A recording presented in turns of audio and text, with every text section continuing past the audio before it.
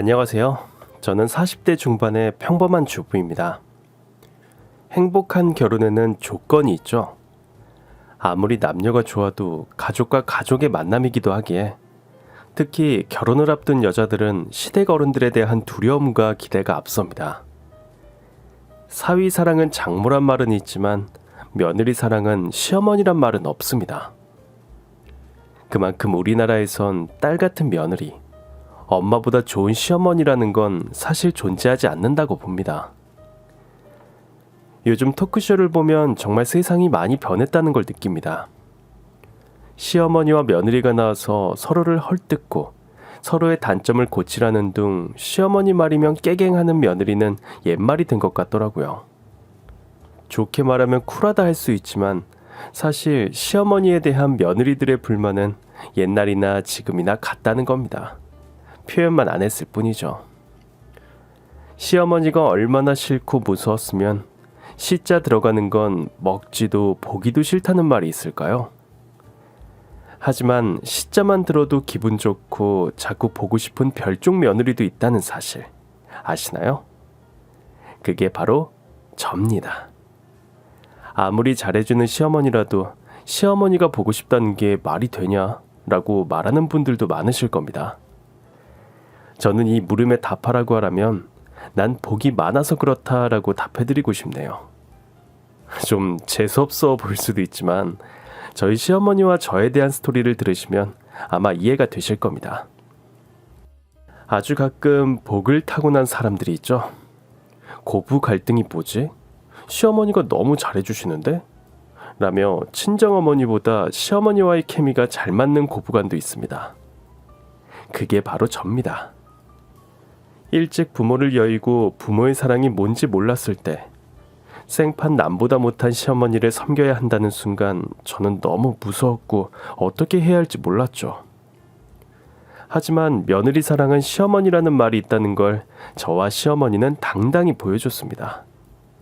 그리고 앞에서만 우리 며느리라고 부르는 게 아닌 정말 진심으로 저를 사랑한 시어머니. 시어머니와 며느리로 처음 만난 날, 저는 그날을 잊을 수가 없습니다. 저는 부모님이 돌아가시고 4명의 동생을 돌보는 그야말로 집안의 가장이었습니다. 동생들 교육비에 생활비까지 정말 한 달 한 달이 새로 시작되는 것이 저에겐 고통이었죠. 언니, 나 수학여행 가 말어.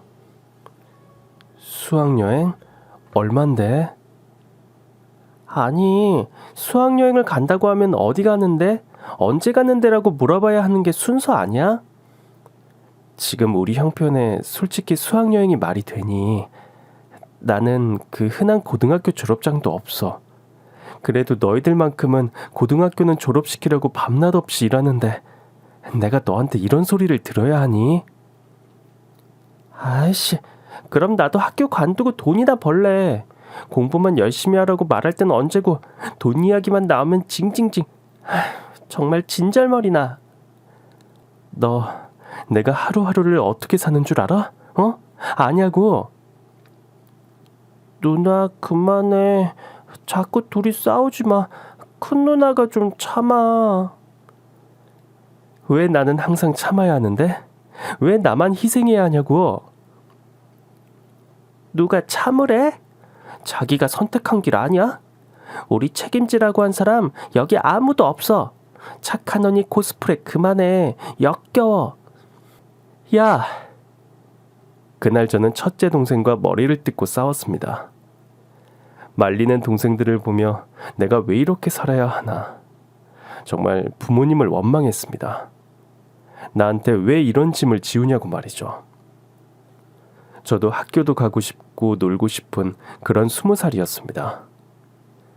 하지만 나 하나만 희생하면 동생들은 저처럼 살지 않을 것이라는 마음으로 매일매일 일만 했습니다.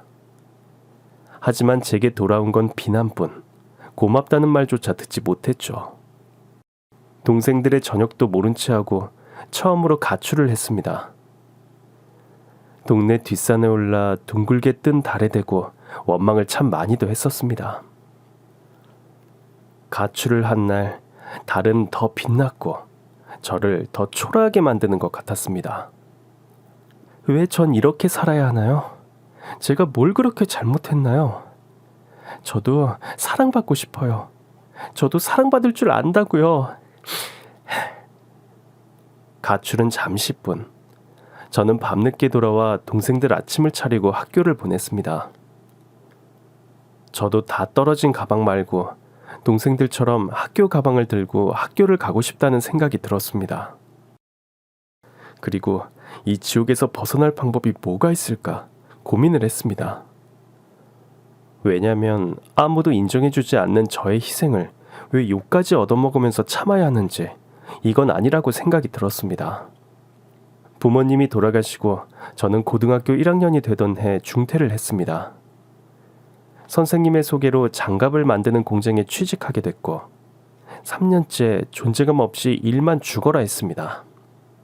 그러던 어느 날 누군가 자꾸 날 쳐다본다는 느낌이 들었습니다.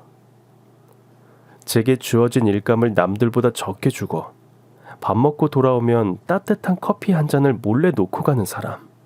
회사에선 그 어느 누구에게도 관심도 없던 내가 그에게 관심을 갖기 시작했습니다. 그는 저보다 7살이 많은 공장 인부였고 매일매일 들어오는 일감을 배분해주는 일을 담당했습니다. 제 아픈 마음이 그에게 보였을까요? 그는 매일매일 저를 챙겨주고 일이 힘들지 않은지 늘 묻곤 했습니다. 처음엔 대면대면 하다가 이렇게 잘해주는 사람이 내 곁에도 있다는 생각에 그에게 용기를 내 데이트 신청을 했습니다. 여자가 먼저 데이트 신청을 하는 게 좀 자존심을 상했지만 제가 이야기하지 않으면 이 남자를 놓칠 수 있다는 생각에 먼저 말을 걸었죠. 저기 내일 나랑 영화 보러 갈래요? 네? 보러 가기 싫음 말고요. 아니요. 그게 아니라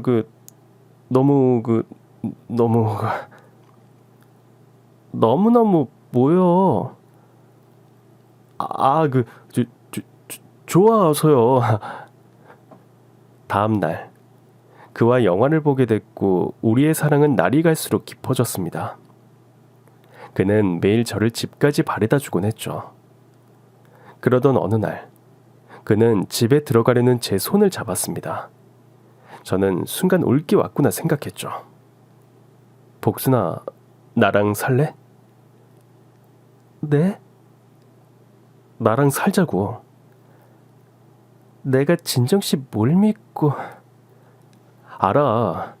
복순이 너는 나보다 돈도 많고 능력 좋은 남자 만날 수 있을 거야. 근데 내 이기심이 너를 보낼 수가 없어. 난 사랑받고 싶어요. 정말로. 그건 내가 이 세상 누구보다도 잘해줄 자신이 있어. 날 믿어. 난 네가 꼬부랑 할머니가 돼도 사랑할 거고 죽어서도 사랑할 거야. 복순아. 난 책임져야 할 동생이 4명이나 있어요. 그 애들을 두고 갈 수 없어요. 당신 식구가 내 식구고 내 식구도 당신 식구가 되는 거야. 이제 혼자 하지 마. 내가 있잖아. 이제 둘이서 하는 거야. 좋은 일도 나쁜 일도 둘이 나누자. 복순아, 나랑 결혼해 줄래? 그는 작은 실반지를 제 손가락에 끼워줬고 저는 반지를 보며 집에서 기다리는 동생들이 떠올랐습니다. 많이 망설이고 망설였지만 그의 진심이 와 닿았고 저는 그와 인생을 함께하고 싶었습니다. 언니, 진짜 시집가? 정말 안 와? 자주 올 거야. 언니가 너희 버리고 가는 게 아니야. 언니 남편이 될 사람, 우리 식구가 되는 거야. 언니랑 언니 남편이랑 너희를 잘 돌볼 거야. 약속했어. 솔직히 말해. 우리가 귀찮아진 거잖아.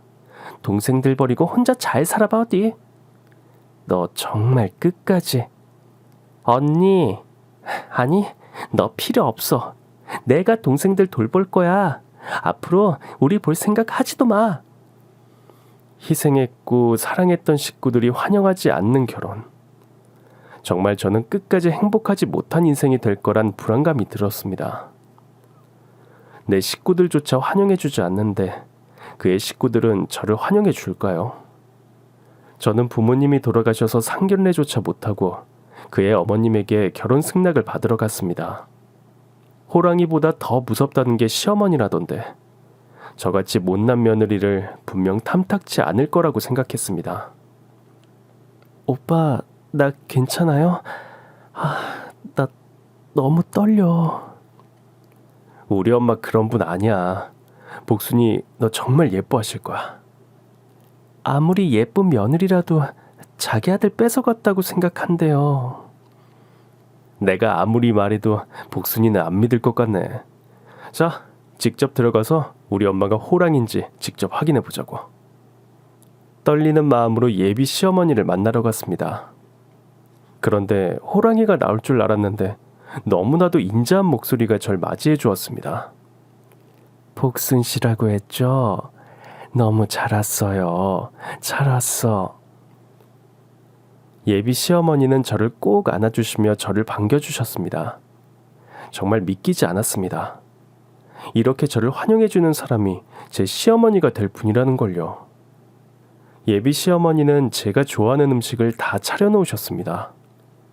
맨날 동생들 반찬만 만들고 앉아서 밥도 제대로 먹는 일이 없었는데 이렇게 맛있는 음식을 대접받다니 정말 믿기지가 않았습니다. 진정이한테 뭐 좋아하는지 이야긴 들었어요. 입에 맞을지 모르겠네. 어서 들어요. 저는 그 정성스러운 상차림을 보고 흐르는 눈물을 멈출 수가 없었습니다. 따뜻한 밥과 국, 그리고 제가 좋아하는 음식들이 누군가 저를 위해 차려준 일이 없었으니까요. 어서 먹어. 그만 울고. 거봐, 우리 엄마 호랑이 아니지? 정말 맛있어요. 정말요. 그때 예비 시어머니는 모든 걸 안다는 듯 저의 손을 꼭 잡아주셨고 제 밥 위에 고기를 얹어주시며 말씀하셨습니다. 이제 이런 밥상 매일 차려줄 테니까 울지 마. 복순 씨는 그럴 자격 있어. 그만 울고 이제 먹어. 얼른. 제가 태어나 먹은 밥 중에 아마 제일 맛있었던 걸로 기억합니다. 눈물 젖은 밥이지만 그건 기쁨의 눈물이었고 앞으로 제 인생에 희망을 줄 에너지 같은 밥상이었습니다. 우리는 소박하지만 예쁜 결혼식을 올렸고 아직 집을 마련한 형편은 되지 않아 시어머니 댁에서 함께 살기로 했습니다. 남들은 시어머니를 모시고 산다고 대단하다고 하지만 사실 시어머니가 저희를 돌봐주는 것이었습니다. 넉넉한 형편은 아니어도 늘 웃음이 끊이질 않았고 언제나 저희 세 식구는 항상 함께였습니다. 정말 시어머니는 작은 것 하나하나 저를 딸보다 더 챙겨주셨죠. 아이고, 아가. 네, 어머니. 저 늦잠을 자서 죄송해요. 설거지라도 해야 하는데 지각할 것 같아서. 그래도 이게 뭐니? 이리 와봐. 저는 영문을 몰라 시어머니 곁으로 갔고 시어머니는 제 머리를 곱게 빗어주셨습니다. 거울 볼 시간도 없이 아등바등 살아온 저를 이렇게 세심하게 챙겨주는 시어머니가 정말 제 친엄마였으면 얼마나 좋을까 그런 생각까지 들었습니다. 너는 얼굴형도 이쁘고 귀도 이쁘고 눈, 코, 입 다 이쁜데 얼굴을 왜 이렇게 가리고 다니니? 이것 봐라.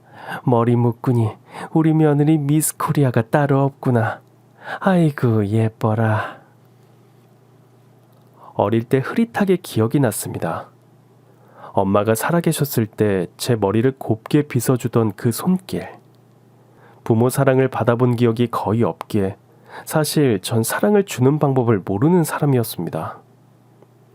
시어머니의 사랑을 받으니 사랑을 받는 법도 사랑을 주는 법도 아는 제가 되었습니다. 어머니 소원 없으세요? 제가 정말 하늘의 별이라도 따드리고 싶어요. 그런 거 없다. 나는 너희가 행복하면 그게 제일 좋아. 그래도 어머님, 저도 어머님께 뭔가 해드리고 싶어요. 매일 받기만 해서. 원래 부모는 자식한테 모든 걸 주는 사람으로 태어났다. 그리고 내리사랑이라는 말이 있잖니. 너는 네 자식한테 앞으로 모든 사랑을 줄 거고 우리 며느리 닮은 손녀 하나 있으면 좋긴 하겠다만 아이고 이 늙은이가 별소리를 다 하네. 요즘 며느리한테 손자 낳아달라면 시어머니 점수가 깎인다며? 나는 우리 며느리한테 100점은 못 돼도 50점 이상은 돼야지. 그렇지? 아니에요, 어머니. 어머님은 저한테 100점, 아니 1000점 점수로 매길 수 없을 정도로 저한테 소중한 분이에요. 어머님, 오래오래 저희랑 건강하게 사셔야 돼요. 아셨죠? 제가 시어머니를 행복하게 해드리기 위해선 정말 예쁜 손자를 안겨드리는 것이라는 생각을 했습니다. 그래서 남편과 이세에 대해 상의를 했습니다. 저기 여보, 우리 아기 가질까? 아기? 생각만 해도 좋네.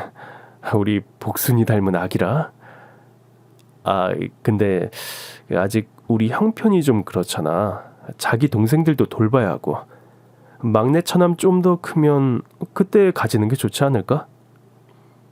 당신은 어떻게 매일 나를 감동시켜요? 내가 그랬잖아. 자기 동생들도 내 식구라고. 그러니 너무 부담 갖지 마라. 알았지? 그렇게 5년이 지나고 막내 동생이 고등학교를 졸업했습니다. 이제 동생들은 다 성인이 되었고 저도 아기를 가져야겠다고 생각했죠. 하지만 맘처럼 아이를 가지는 일은 쉽지 않았습니다. 너무 아기를 원한 나머지 상상 임신도 했었죠. 아마 산부인과를 거의 출근하듯 아이를 가지기 위해 저희 부부는 정말 노력했습니다. 아가, 나 좀 보자꾸나. 네, 어머님. 그렇게 조급해할 필요 없다. 네? 아기는 하늘이 점지해 주는 것이야. 자연스럽게 아이가 생기길 바라면 돼. 그러기 위해선 네 마음이 먼저 편해야 해. 그러면 아이는 너한테 올 거다. 그러니 너무 애쓰지 마라, 아가. 그래도 친정 식구들 때문에 제가 때를 놓친 게 아닌지 너무 죄송해요. 무슨 소리야. 그런 생각 절대 하지 마라. 알겠니? 정말 부모 복은 없어도 남편 복, 시어머니 복은 제가 타고났나 봅니다.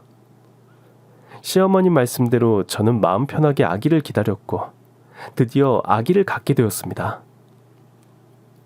여보, 나 임신이래, 임신. 정말? 진짜? 우와, 나 아빠 되는 거야? 고마워. 정말 고마워. 사실 어머님께 제일 먼저 전화드렸는데 안 받으시네. 제일 먼저 소식을 전해드리고 싶은데. 어디 잠깐 외출하셨나 보지. 엄마는 만나서 말씀드리자. 여보, 뭐 먹고 싶은 거 없어? 그리고 오늘은 택시 타고 집에 가. 알겠지? 버스 타지 마. 이제 조심 또 조심해야 해. 알겠습니다. 서방님, 이따 집에서 봐요. 빨리 집으로 뛰어가 어머님께 이 기쁜 소식을 전해드리고 싶었지만 조심 또 조심해야 한다는 남편의 말에 택시를 타고 집으로 바로 갔습니다. 어머님! 그날따라 꼭 우리 집이 아닌 듯 냉기가 감도는 걸 느꼈습니다. 저는 임신을 하면 감기 몸살 같은 느낌이 든다는 의사 말에 그냥 임신의 한 증상이라고 생각했죠. 하지만 지금 생각해보면 그날 이 모든 사건의 시작을 알리는 하나의 신호인 것이었습니다. 저녁을 차리고 어머님이 오시길 기다렸습니다. 어머님은 저녁 시간이 훌쩍 넘어서야 집으로 돌아오셨습니다. 엄마, 어디 갔다 오시는 거예요? 밖에 추운데. 볼 일이 좀 있어서. 어머님, 무슨 일 있으세요? 왜 눈에 눈물이... 아니다. 나 좀 피곤하구나. 좀 쉬어야겠다. 저는 어머님께 임신 사실을 그날 알리지 못했고 임신의 기쁨도 잠시 눈물 고인 어머님의 모습이 제 머리에서 떠나질 않았습니다. 여보, 어머님 무슨 일 있는 거 아닐까? 아까 우신 것 같았어요. 그러게, 저런 모습은 처음인데. 내일 일어나면 어머님께 조심스럽게 물어봐요. 무슨 일 있으시면 우리가 해결해 드려야죠. 알겠어. 그날 밤 뱃속의 아이에게 부탁을 했습니다. 할머니가 무슨 일로 속상하신지, 할머니가 별일 없기를 아이에게 마음속으로 이야기했습니다. 다음날 아침, 어머님은 초췌한 모습으로 늘 그렇듯 저희의 아침밥을 차리고 계셨습니다. 어머님, 일어났니? 얼른 밥 먹어라. 엄마, 어제 무슨 일이 있었어요? 일은 무슨 일? 그냥 노인정 갔다가 너무 추워서 그런 거야. 몸살약 먹어서 이제 괜찮아. 진짜죠? 그래, 아무 일 없어. 엄마, 그러면 엄마가 완전히 깜짝 놀랄 사실 하나 알려줄까요? 깜짝 놀랄 일이라니. 너희 무슨 일 있니? 당신이 말씀드려. 어머님, 8달 후면 손자 보실 것 같아요. 정말이니? 정말이야? 아이고, 장하다. 우리 며느리, 아이고, 고맙다, 고마워. 이것 봐. 우리 엄마 얼굴에 금방 화색이 도시네. 엄마가 보기에 딸인 것 같아? 아들인 것 같아? 그게 뭐가 중요하니? 우리 손자 건강한 게 중요하지. 나는 1타 2피 쌍둥이였으면 좋겠어. 그때 어머니는 들고 있던 밥그릇을 갑자기 떨어뜨리셨습니다. 엄마 괜찮아요? 좀 어지러워서. 아가 오지 마라. 다친다. 얼른 비켜. 어머님, 오늘 저랑 병원 좀 가셔요. 아무래도 감기가 심하게 오신 것 같아요. 저랑 오늘 같이 병원 가셔요. 네? 시어머니는 한사코 안 가시려는 병원을 저는 억지로 모시고 갔습니다. 그런데 정말 믿기 싫은 현실을 그날 마주하게 되었습니다. 알츠하이머입니다. 치매요. 벌써 많이 진행이 되셨어요. 네? 저희 어머니가요? 아마 이 정도 되면 집도 잘 못 찾으실 거예요. 외출 삼가시고 치매 환자를 위한 이름표라든지. 아니에요. 다시 검사해 주세요. 어머님은 벌써 저희 병원에 다녀가셨어요. 몇 달 전에요. 본인도 잘 아실 겁니다. 이제 가족분들이 잘 챙겨주셔야 해요. 의사가 알츠하이머라고 하는 순간 정말 하늘이 무너질 것 같았습니다. 왜 착한 우리 어머님께 이런 몹쓸 병을 주는지 하늘을 원망하고 또 원망했습니다. 그날 어머님과 저는 아무 말 없이 택시를 타고 집으로 갔습니다. 둘이 있으면 엄마랑 딸처럼 이야기가 끊이질 않았는데 어머님은 택시 창문만 바라보고 계셨습니다. 그러다 그때 어머님이 택시기사에게 소리를 질렀습니다. 기사 양반, 백화점으로 갑시다.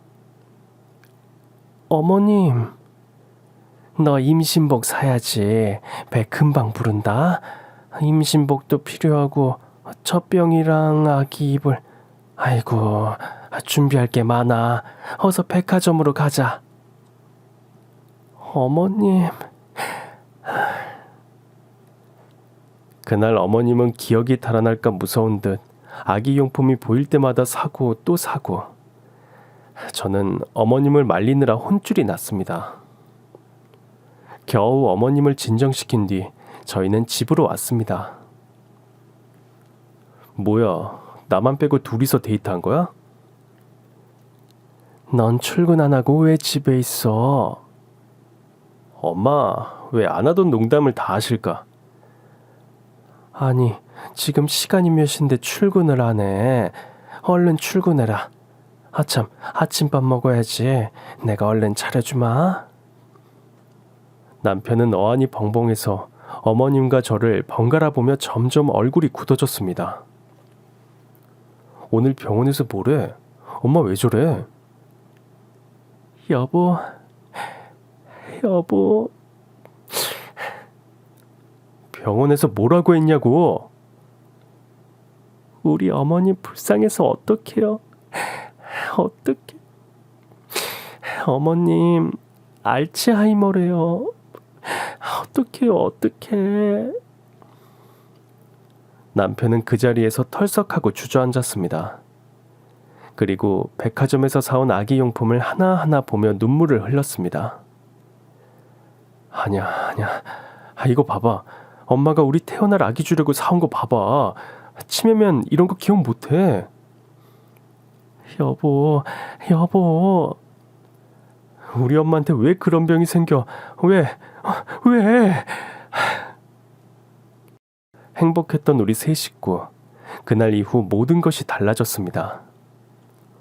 어머님의 치매 증상은 점점 더 심해졌고, 인자하고 늘 웃어주시던 어머님은 한 번씩 딴 사람이 되곤 하셨죠. 색시는 누구요? 어머님, 저 어머님 며느리 안복순이잖아요. 며느리? 나는 아들이 없는데.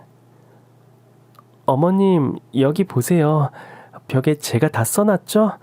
아들 오진정, 며느리 안복순.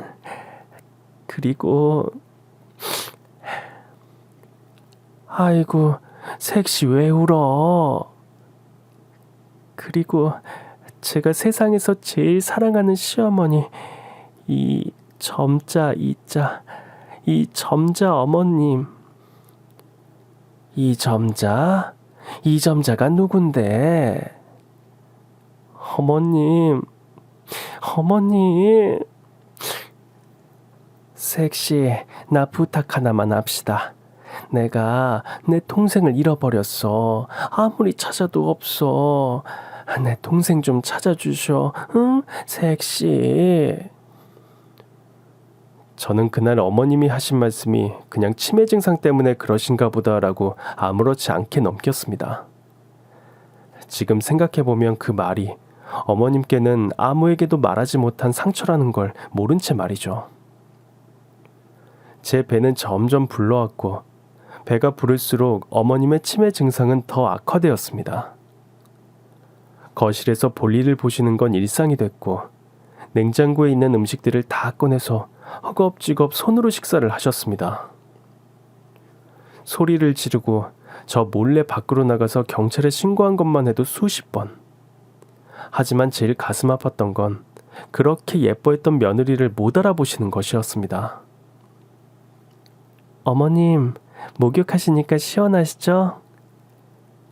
네. 어머님, 저 옛날에 머리 빗어주시던 거 기억나세요? 몰라요. 어머님, 제 배 보세요.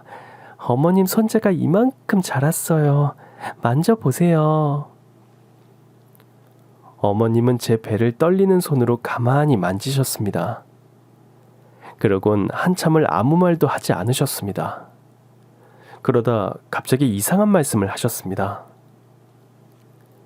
나는 내 동생이랑 같은 날 태어났어요. 아줌마도 동생 있어요? 어머님 동생 있으세요?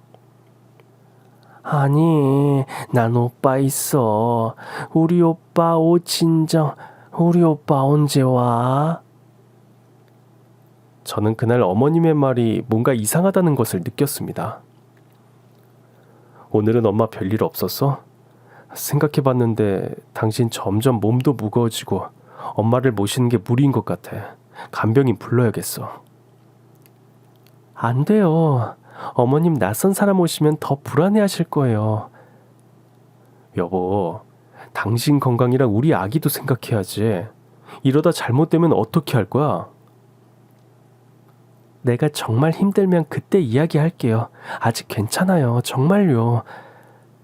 그리고 여보, 혹시 어머님 동생분 있으세요? 동생? 어, 옛날에 얼핏 들었는데 6.25 한국전쟁 때 잃어버렸다고 들었어. 근데 그때 엄마는 부산 피난길에 올랐고 동생은 같이 배에 오르다가 그만 물에 빠졌다고 하더라고. 돌아가신 거지 예전에. 엄마가 동생 이야기했어? 한 번씩요. 치매 환자들은 아주 옛날 일들을 계속 말한다고 하더라. 엄마한텐 그게 아픈 기억이겠지. 제발 우리 꼬물이 태어나는 거 보셔야 할 텐데. 동생에 대한 그리움이 크다는 걸 남편을 통해 알게 되었고, 저는 어머님이 동생분 이야기를 하실 때마다 어떤 기억이 있는지 자주 이야기를 했습니다. 어머님은 동생과 헤어진 그날로 돌아가 아주 생생하게 말씀하셨죠. 내가 그때 동생을 잡고 막 뛰었다고, 배에 올라타려고. 북한군이 오는데 정말 죽는 줄 알았어. 섹시해. 북한군이 얼마나 무서운지 모르지? 얼굴은 괴물 같고 손도 이만하고 발도 이만하고 아우 무서워. 근데 동생이 그 괴물한테 잡아먹힌 것 같아. 같이 배에 탔는데 없어졌어. 어머님, 그러면 동생분은 어떻게 생기셨는지 기억나세요? 내 동생? 이뻤어. 사람들이 나랑 똑같이 생겼다고 했다니까. 섹시해. 나 이쁘지? 네, 어머님. 우리 어머님 세상에서 제일 예쁘세요. 며칠 후 새벽, 저는 진통이 왔습니다. 여보, 여보. 왜, 아파? 아기가 나오려나 봐요. 진짜? 잠깐만. 그래. 저 택시부터 잡아야겠어. 잠깐만.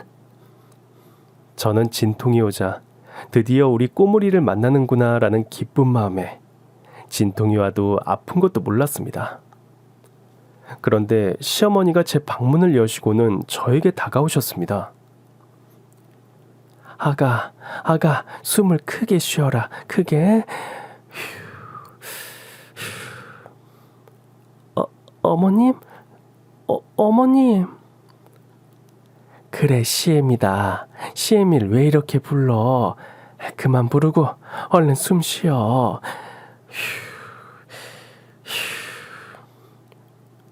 어머님, 제가 누군지 기억나세요? 얘가 오늘 왜 이래? 너무 힘들어서 그런 거야? 말하면 더 힘들어. 어머님. 그동안 나 때문에 고생이 많았다, 아가. 내가 널 만난 걸 정말 하늘에 감사하고 또 감사하다고 했어. 다음 생에는 내 딸로 태어나서 내가 키우고 먹이고 입히고 정말 다 해주고 싶구나. 우리 다음 생에는 꼭 엄마랑 딸로 태어나자. 알겠지? 어머님.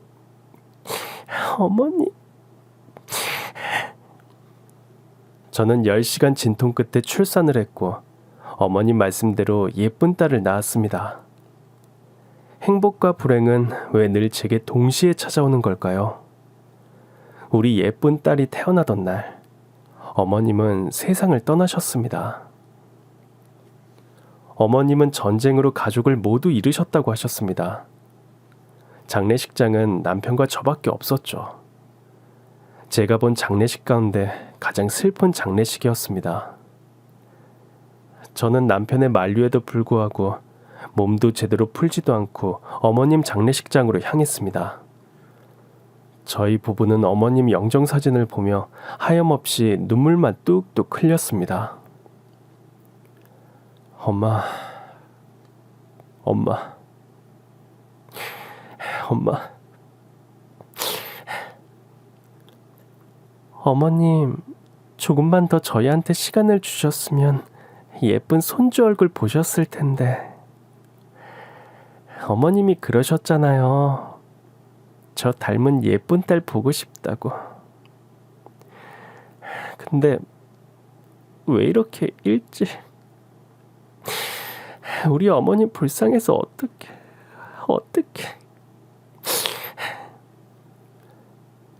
고생만 하시다가 가셨는데 이제 손주도 보고 편하게 모시려고 했는데 엄마 죄송해요.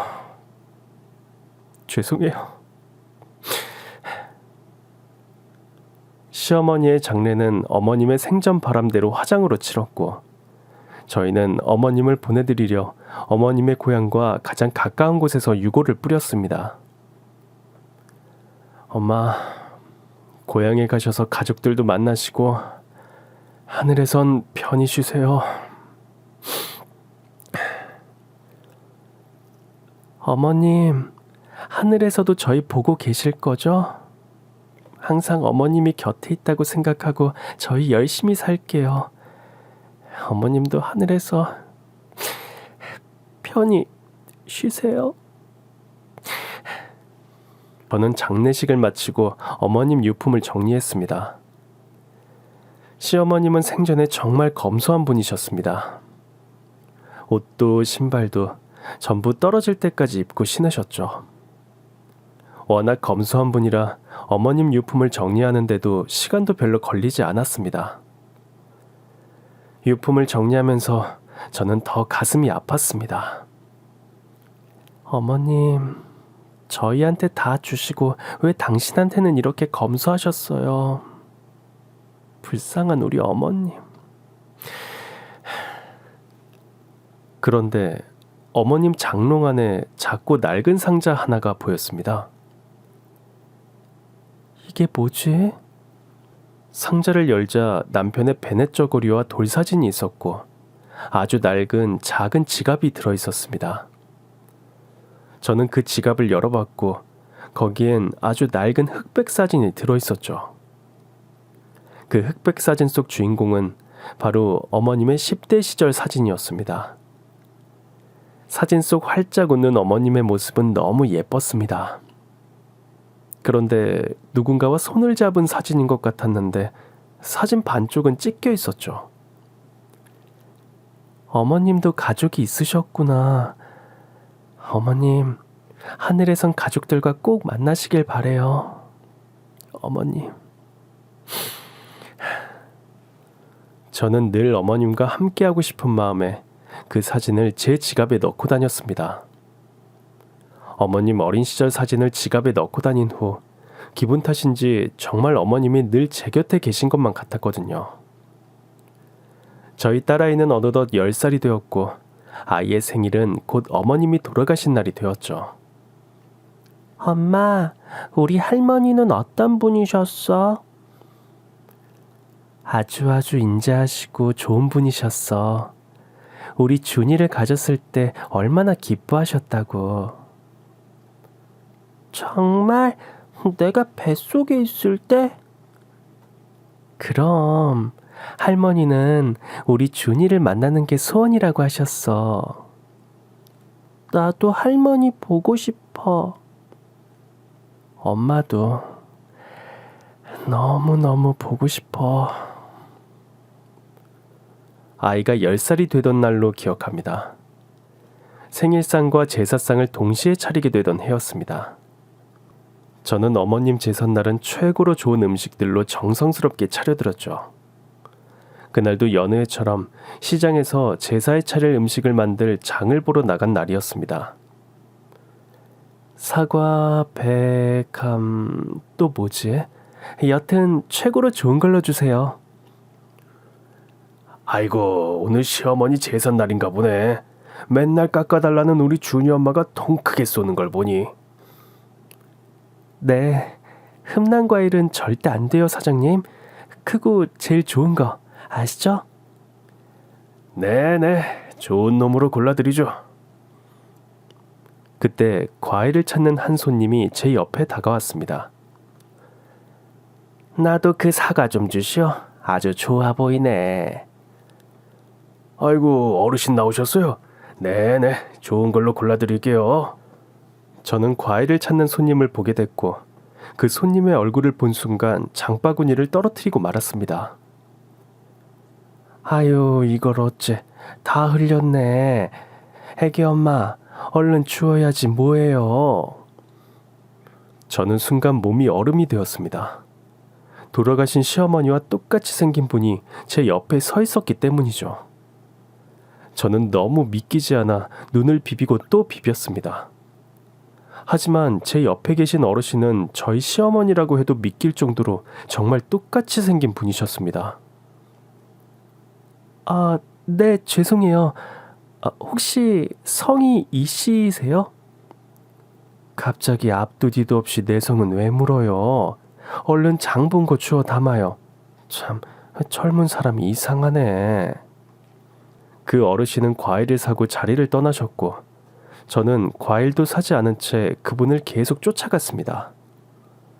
보고 또 봐도 정말 저희 시어머니와 똑같이 생기신 분이셨죠. 저는 그분을 놓칠 수 없었습니다. 제가 그렇게 사랑하던 시어머니와 너무나도 닮으셔서 말이라도 걸어보고 싶었습니다. 저기 어르신. 아이고 깜짝이야. 아유, 날 따라온 거요? 네, 어르신. 너무 죄송한데 잠시 시간 좀 내주실 수 있으세요?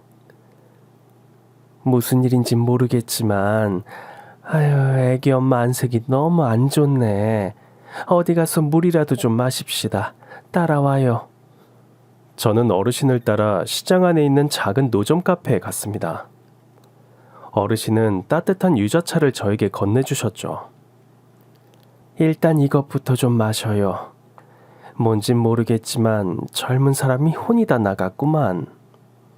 어르신, 실례지만 올해 연세가 어떻게 되세요? 아니, 아까부터 자꾸 내 성이 뭐냐, 나이가 어떻게 되냐, 그걸 왜 물어보는 거요? 사실은 10년 전 돌아가신 저희 시어머니와 너무 닮으셨어요. 아니, 똑같이 생기셨어요. 오늘이 시어머니 제삿날이라 제사 음식 장을 보러 나왔는데 어르신을 보고 제가 너무 놀라서 그만. 그렇구먼. 내 성은 이씨고 6.25 전쟁통에 가족을 잃어버려서 그 충격인지 이름도 기억도 다 잃어버렸어요. 사실 혼자 사는 노인네라오. 그럼 연세는요? 올해 연세는 어떻게 되세요? 가만 보자. 내 나이가 올해 70하고 8이네. 늙으니 나이도 가물가물하다오. 전 너무 놀랐습니다. 어머님이 치매 증상이 심하셨을 때 생전에 똑같이 생긴 동생이 있다고 입버릇처럼 말씀하신 것이 떠올랐죠. 그리고 6.25 전쟁 때 동생을 잃어버린 사실, 성이 이 씨라는 점. 그때 하나하나 퍼즐이 맞춰졌죠. 그럼 이 사진 좀 보실래요? 저는 지갑 속에 있던 시어머니의 어린 시절 사진을 어르신께 보여드렸습니다. 누군가와 분명 같이 찍은 사진인데 사진의 반쪽이 찢겨진 그 사진을 말이죠. 사진을 보자마자 어르신은 너무 놀라셨습니다. 아니, 이 사진 왜 애기 엄마가 갖고 있는 거요? 이 사진 속 주인공이 제가 말씀드렸던 저희 시어머님이세요. 어르신은 갑자기 가방에서 손수건으로 감싼 사진 한 장을 저에게 내미셨습니다. 내가 전쟁통에 가족 모두 잃고 기억도 잃었는데 내 호주머니에 이게 들어있더라고. 나는 그때 기억은 없었지만 확신했지. 반쪽짜리 사진을 갖고 있는 사람이 분명히 내 가족이다. 내 가족이다라고 말이야. 근데 내 가족을 오늘 만난 것 같네. 이것 보시오. 사진을 합치니 둘이 똑같이 생겼네. 내 가족을 찾았어. 아휴. 어머님이 생전에 그렇게 찾던 동생분이 바로 어머님의 제산 날짜 옆에 나타나신 겁니다. 시어머니의 동생분과 저는 시장 길바닥에서 서로 끌어안고 오열했고 긴 말을 하지 않아도 서로가 서로를 안으며 위로를 했죠. 아이고, 내가 가족도 없이 이렇게 살면 뭐하나 하면서 죽어야지 했는데 살다 보니 이런 일도 있구먼. 이런 일도 있어. 에휴. 내가 동생이라고? 그럼 우리 쌍둥이 언니 세상을 뜬 거예요? 네, 10년 전에 치매로 하늘나라로 가셨어요.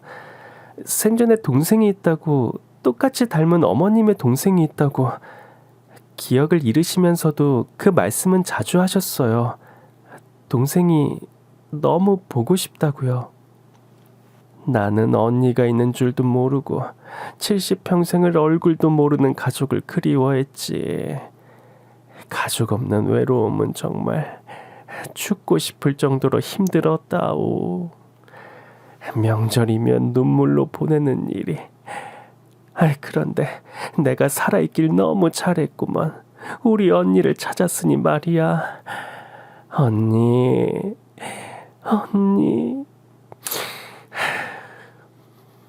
저희는 그동안의 이야기를 나누고 저는 어머님의 동생분을 모시고 얼른 집으로 갔습니다. 저를 기다리던 남편은 현관문을 열자마자 너무 놀라 주저앉고 말았죠. 아니, 엄마가 아니고 이분은 누구신지. 말도 안 돼. 엄마랑 너무 똑같으신데.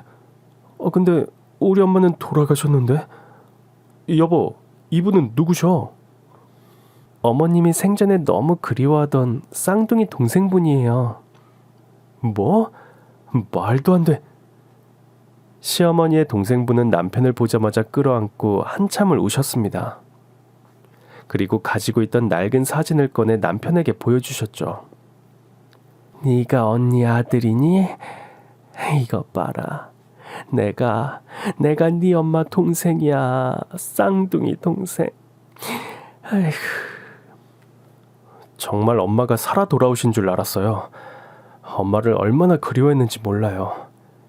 제 그리움이 하늘에 계신 엄마한테 닿았나 봐요. 엄마 동생, 아니 이모가 이렇게 제 곁에 와주시다니.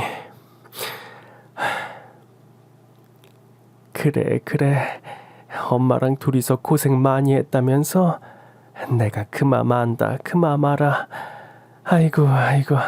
하늘이 이 늙은이한테 복을 다 주시고 내가 헛되게 살진 않았나 보다.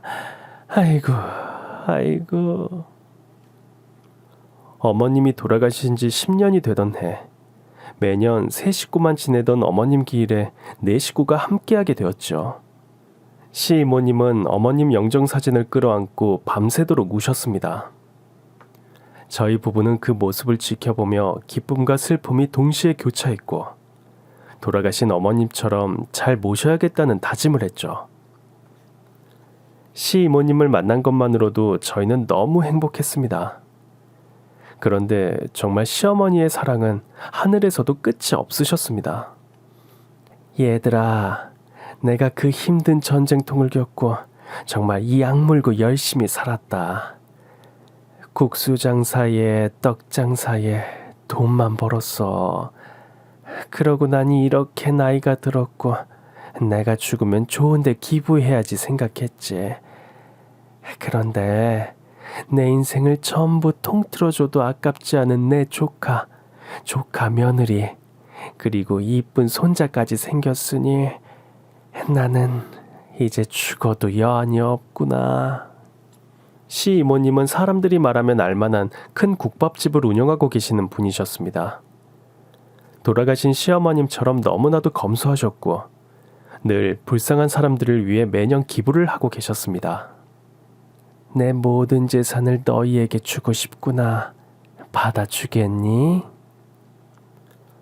저희 부부는 말도 안 되는 일이라고 시모님의 부탁을 한사코 거부했지만 시모님은 너무 간절하게 부탁하셨습니다.